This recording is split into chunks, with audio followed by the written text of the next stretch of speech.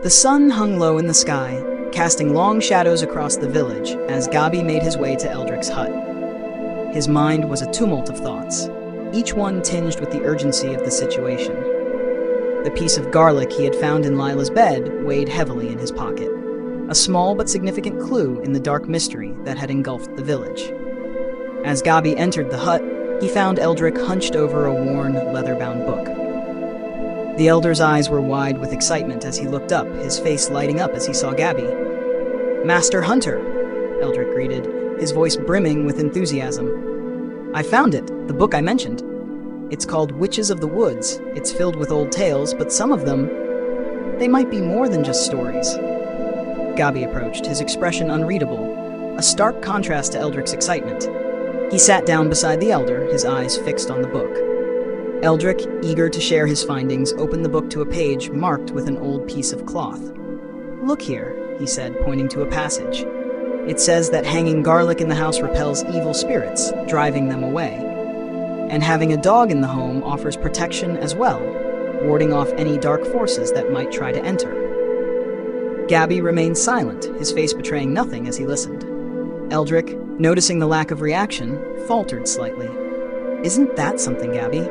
It could explain why the villagers were so adamant about keeping garlic in their homes." But Gabi's eyes were distant, his thoughts elsewhere. Finally, he reached into his pocket and pulled out the piece of garlic he had found in Lila's bed.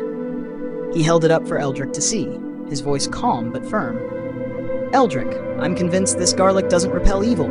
It attracts it." Eldric's excitement dimmed, confusion clouding his features. "But the book, it clearly says." Gabi gently took the book from Eldric's hands, flipping through the brittle pages until he found the section he was looking for. His eyes scanned the text and he began reading aloud. "The witches live in houses made of cookies and sweets.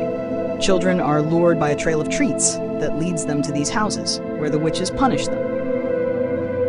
He paused, his eyes narrowing as he flipped through a few more pages. "Does this book say what the witches do to the children once they have them?"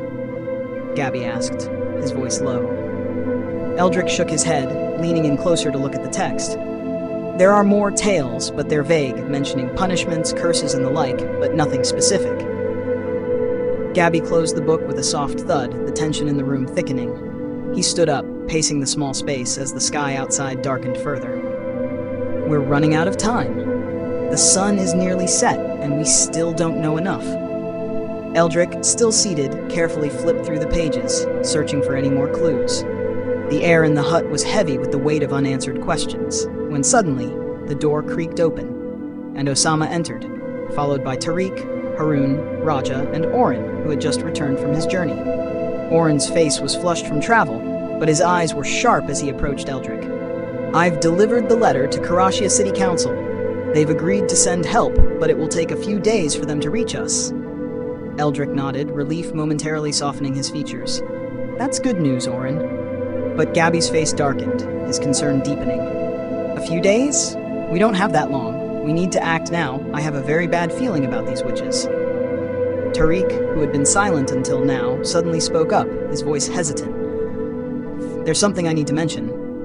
A few weeks back, I helped an old lady who passed through the village. She brought candy and sweets for the children, and it seems like all of this started after that."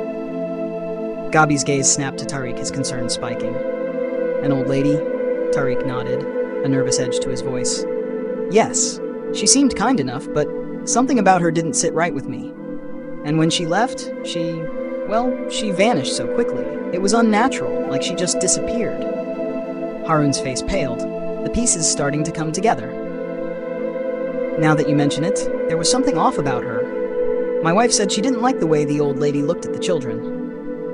Eldric, who had been listening intently, nodded slowly, his own doubts surfacing. "I remember her. I thought it was odd at the time, but I dismissed it as nothing more than my imagination." The room fell silent as everyone processed this new information. Gabi's jaw tightened, his instincts screaming at him that they were dealing with something far more dangerous than they had realized.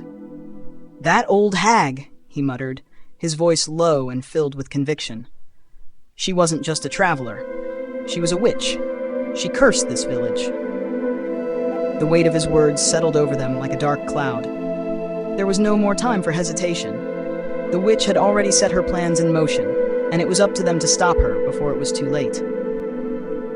Gabi stood in the center of the room, his presence commanding attention as the others gathered around. The discovery of the garlic in Lila's bed and the revelations from the book weighed heavily on him, but there was no time to waste. "I've figured something out," Gabi began, his voice firm as he addressed the group. "The garlic doesn't repel evil as we thought, it attracts it. And having a dog in the house doesn't protect against the dark forces, it invites them in. Dogs are seen as unclean, filthy animals, which only draw the attention of these malevolent entities. However," he continued, "cats are different. They're pure, clean animals, and they pose no danger in this situation." The room fell silent, the weight of Gabi's words sinking in. Eldric frowned, clearly disturbed by this new information. "But the book, it says the opposite. When did you discover this book, Eldric? Was it before or after the old hag came to the village?" Eldric thought for a moment, his brow furrowed in concentration. "It was after. I found it not long after she passed through the village." Gabi's eyes narrowed, his suspicions confirmed. "Burn the book, Eldric. It wasn't just any old text. It was placed here by that witch. She wanted you to find it to spread the word about garlic. She didn't anticipate someone like me coming into the picture. This was all part of her plan." Eldric's face paled as the realization hit him. "She set us up. We've been playing into her hands all along." Gabi nodded grimly. "Exactly. Now we need to act fast." He turned to Raja, his voice sharp with urgency. "Raja, where did you find me unconscious?" Raja scratched his head, trying to remember. "It was in front of a big rock in the swamp. You were lying there, and we had to carry you out." Gabi's eyes narrowed. "Did you see anything else? Anything that might have caused you to flee?" Before Raja could answer, Osama jumped in, his voice gruff. "Yeah, I saw something, a very large snake, bigger than any I've ever seen. That's why I grabbed you and ran. I wasn't about to stick around to see what else it could do." Raja shook his head, his brow furrowed in confusion. "Snake? I didn't see any snake. What I saw was a wolf. It looked like it had regrouped and was coming right at us." The two men began to argue, their voices rising as they tried to assert their version of events. "Enough!" Gabi's voice cut through their argument like a blade. "Those were illusions, nothing more. The hag didn't want you to find her or her lair. She clouded your minds to keep you from discovering the truth." He paused, his voice lowering as the gravity of the situation settled over them. "That rock you saw, it wasn't just a rock, it was the witch's hut, disguised to keep her hidden.